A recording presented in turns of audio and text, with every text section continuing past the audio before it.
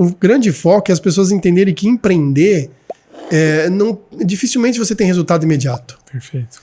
Empreender demanda muito esforço. Eu comecei a trabalhar muito mais do que eu trabalhava quando eu era diretor. Perfeito. Horas mesmo, intensidade. Cara, eu fiz muitas vezes limpeza pós-obra, limpeza de piso, tratamento de piso. Eu lembro o final de ano, pagando 13º, eu fazendo a limpeza do piso, porque meu funcionário estava na praia e eu tinha que pagar o 13º dele. E aquele trabalho ia trazer uma complementação do que eu precisava, porque era difícil provisionar. Perfeito. Então, muito assim, custo, empreender de fato é para quem tem coragem. Legal, cara. Você tá trazendo um ponto aqui, ó. E quem assiste o podcast já tá em alguns episódios aqui, sabe que esse é o tema central de muitos episódios que a gente traz a realidade do empreendedorismo. Porque a gente tem uma linha de comunicação nas redes sociais que fica rico da noite pro dia, lançamento, você vai ganhar muito dinheiro.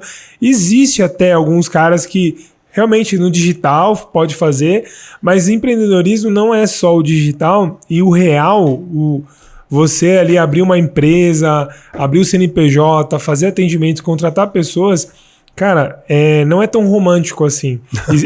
Pode até ter um propósito, uma missão, uma vontade de fazer o negócio acontecer, mas tem que entender que existe aí um trabalho duro a ser feito e se você for profissional, o tempo que você vai sofrer, vamos dizer assim, vai ser menor. Talvez. Sim. E aí você consegue ter uma evolução onde você vai controlando as coisas. Mas tem muita gente batendo cabeça porque não entendeu que o jogo é para profissional, não é para amador, né? E outra, não existe você empreender sem investir. Uhum. Porque você pode até começar com 0 caixa, acho difícil, porque você tem gastos. Sim. Mas você está investindo seu tempo, seu suor, seu sangue, sua dedicação. Isso tudo tem um preço, tem um valor. Sim. Que precisa ser remunerado. Mas quando você não tem um caixa suficiente para você cuidar uns 3, 6 meses aí de folga, o trabalho é muito mais intenso. Sim. Porque não é fácil. Eu só consegui ficar 3 meses estudando e planejando porque eu tinha caixa. Legal. Porque se eu não tivesse caixa, eu tinha entrado no meio da roda girando e aprender com ela girando, que sabe lá se eu ia conseguir fazer a estruturação que eu tive que fazer. Não, e assim, por conta da visão já estratégica que você tem. Então você olhou, pensou e falou, tá, vamos começar já organizado, vamos dizer assim. Mas muito empreendedor começa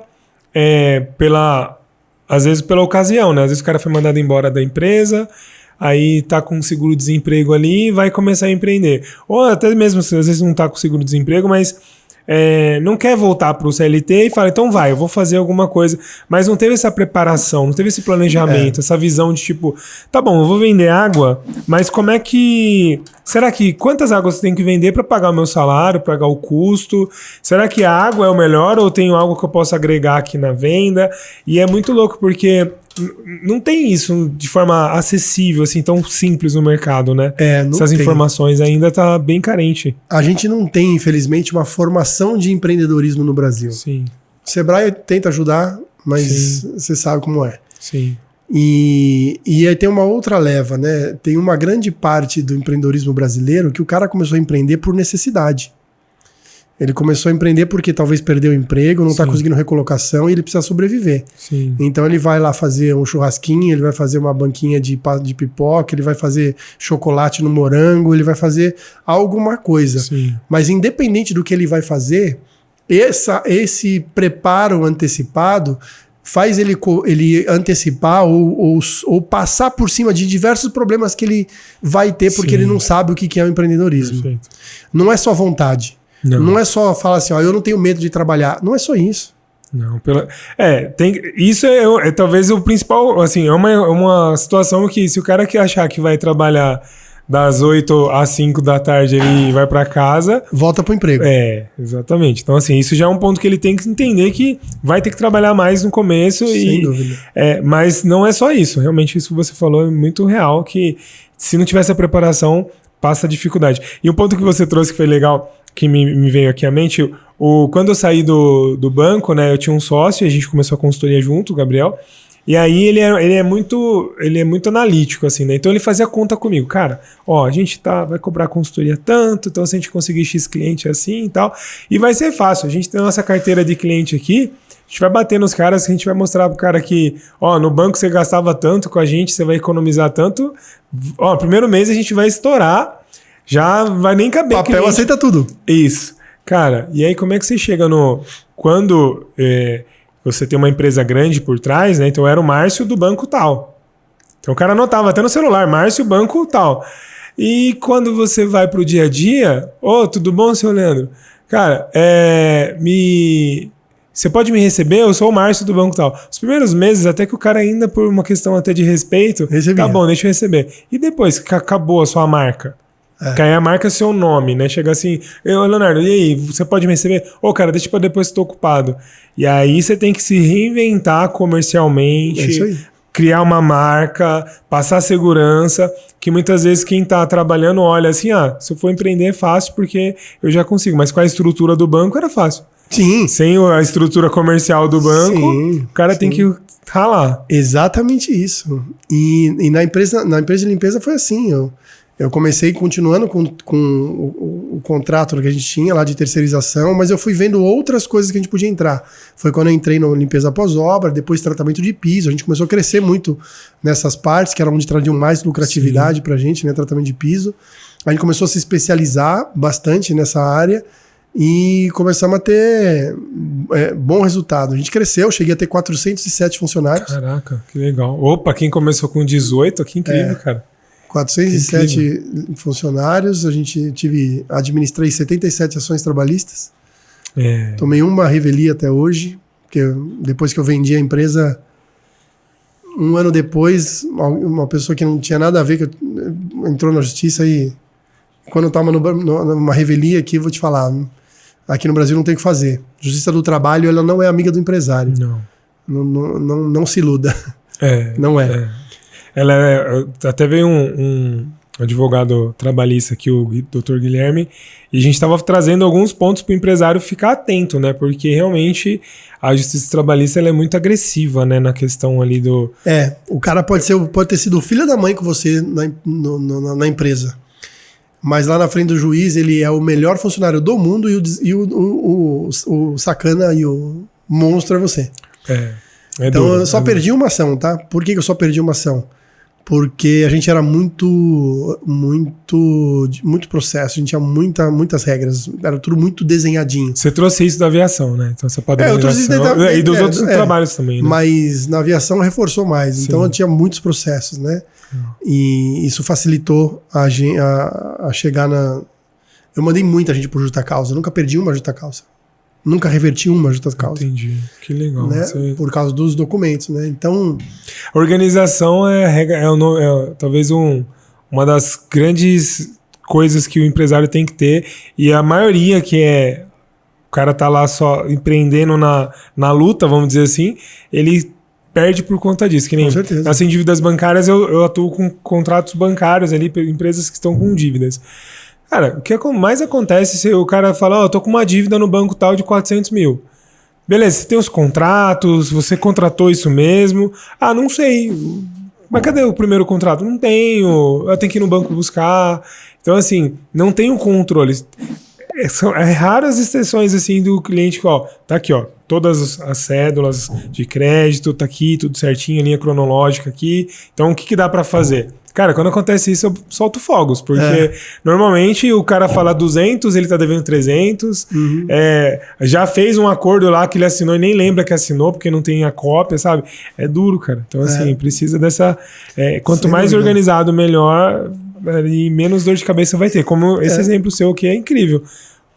Chegar para um empresário hoje e falar que você vai mandar a justa causa, todo mundo morre de medo, porque assim... Acho que vai reverter. Exatamente. Não, mas se você seguir o protocolo, as regras do jogo são claras. Legal. Se você souber usar as regras do jogo, dá bom. Sim. Né? Claro que você tem perdas no meio do caminho. Sim. Por que tem perdas? Porque eu, com 407 funcionários, eu tinha 9% de falta por dia.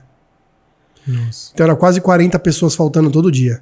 Eu tinha que ter um efetivo a mais no meu quadro de 40 pessoas, porque o meu cliente lá na ponta, ele não tem culpa Ele quer o serviço executado. Sim. E o lucro líquido que cada funcionário me trazia era de R$215. Eu precisava desse cara comigo pelo menos 10 meses, porque se ele me fosse na justiça, pelo menos ele tinha trazido o lucro que eu paguei o advogado. Entendeu? Caraca, por isso que você não poderia, tipo assim, fazer um acordo sem o cara ter o direito, né? Porque se você faz, você tira a margem de lucro ali algumas e já vezes, impactar... Algumas vezes você faz o acordo, vou te explicar por quê. Hoje mudou a regra, eu ainda estava na época da legislação trabalhista antiga. Então, às vezes, o funcionário trabalhou para você, igual aconteceu já algumas vezes. Se eu contar umas histórias bizarras aqui, você vai falar, não é possível. É possível. Brasil, Justiça do Trabalho. E vou te contar um detalhe, nós estamos em Jundiaí, né? Pior vara que tinha aqui. Sério? Nossa, aqui é onde eu mais... Desses 77, 80% foi aqui. Nossa. Com uma única empresa que eu tinha aqui. Mas eu tinha 40 funcionários lá, né? Entendi. Mas aqui é impressionante, cara. Impressionante. A vara trabalhista de Jundiaí é impressionante. Tem uns juízes aqui que não merecia nem ser chamado de juiz. Mas, enfim, especificamente aqui, tá? Tô falando de Jundiaí, porque aqui é impressionante. Eu falo por experiência vivida. Mas às vezes o cara trabalhou para você 3, 4 meses, 5 meses, 6 meses e ele entrou na justiça. E aí pediu insalubridade, pediu hora extra, pediu tudo aquilo que ele pede, tudo, né? O cara tinha um salário de R$980, R$1.000 e pede 50 mil. Aí você vai lá, né? Você tem o cara pede perícia, porque se teve insalubridade tem que fazer perícia. E aí na hora que ele vai fazer a perícia, quem paga a perícia é a empresa, não é o funcionário. Então, o perito, se o perito dá que não teve insalubridade, ele teria que cobrar do funcionário. Sim. O funcionário não pode pagar, então é o Estado que paga. Então ele ganha R$300. Só que se ele vai lá e faz a perícia e vê que teve insalubridade, ele cobra da empresa R$2.000. Então ele não é nem um pouquinho tendencioso. Não. Ele não tem nenhum incentivo para poder fazer o trabalho dele mal feito. Sim. Né? Então você tem esse risco. Aí você começa a avaliar. Vai ter o risco do cara ir lá na empresa ver a insalubridade. E você perder a insalubridade, então, ou seja, se você perdeu pelo perito, não tem como recorrer. O juiz aceita que tá certo. Fora o valor do perito. Então você já começa, esse cara aí, sei lá, R$1.500 fecharia esse problema. Se eu deixar levar... pagar os 2.000 na ponta lá fora... Não são só 2.000, porque se eu deixar o juiz julgar e o juiz me condena, naquela época eu tinha que pagar R$10.000 para recorrer. Era o fixo. R$10.000 para recorrer. Mas ele me condenou em 3.000. Ou eu pago os 3.000, ou eu recorro em 10. Eu tenho que pegar 10.000, depositar e ficar com esses 10.000 até sei lá quando, parado. Então, quando você começa a avaliar, vale a pena descapitalizar 10.000? Ou fazer um acordo de 1.500?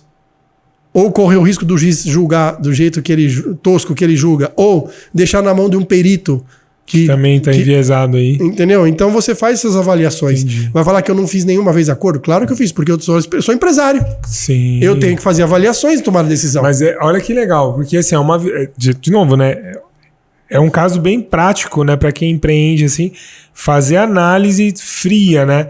Sem emoção, porque às vezes o que acontece com a maioria dos empresários, o cara leva pro pessoal, nossa, sem vergonha, entrou com o processo, eu vou até o fim para prejudicar ele, mostrar que eu tá errado.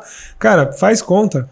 Seja frio, seja analítico. Então vamos lá. A lógica me fala que eu tenho que fazer o quê? Eu vou pro acordo ou eu pago e vou para cima ali? Então é bem legal isso aí, cara. E isso, aí eu falo, isso funciona muito com empresas pequenas.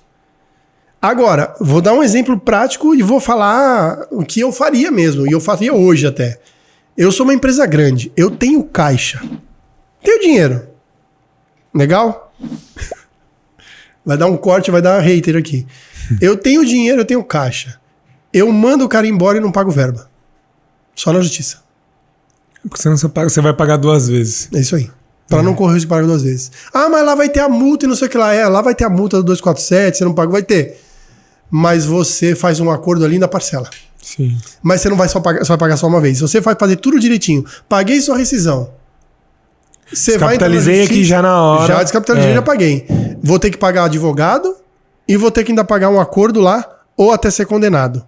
Então, toda essa avaliação que eu tô falando que eu fazia, estruturada, é porque era uma empresa pequena. Sim. Esse valor para mim era importante. Né? Eu não podia simplesmente, e até porque a rotatividade do meu negócio era muito alta, em função do modelo de negócio, Eu não podia simplesmente falar, vai todo mundo para a justiça. Não. É custo alto. Sim. Então eu tinha que muitas vezes fazer essa avaliação fria. E de novo, você sai dali e você xinga o cara se quiser. Mas ali na hora, seu papel é proteger seu caixa. Sim. Proteger sua empresa. Então a análise é fria. Ótimo. O custo-benefício. Pumba, faz de acordo. Agora, de novo, eu sou uma empresa que faturo 10 milhões por mês. Eu tenho caixa sobrando.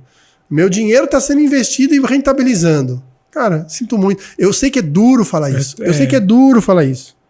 Mas é um modelo de empreendedorismo no Brasil.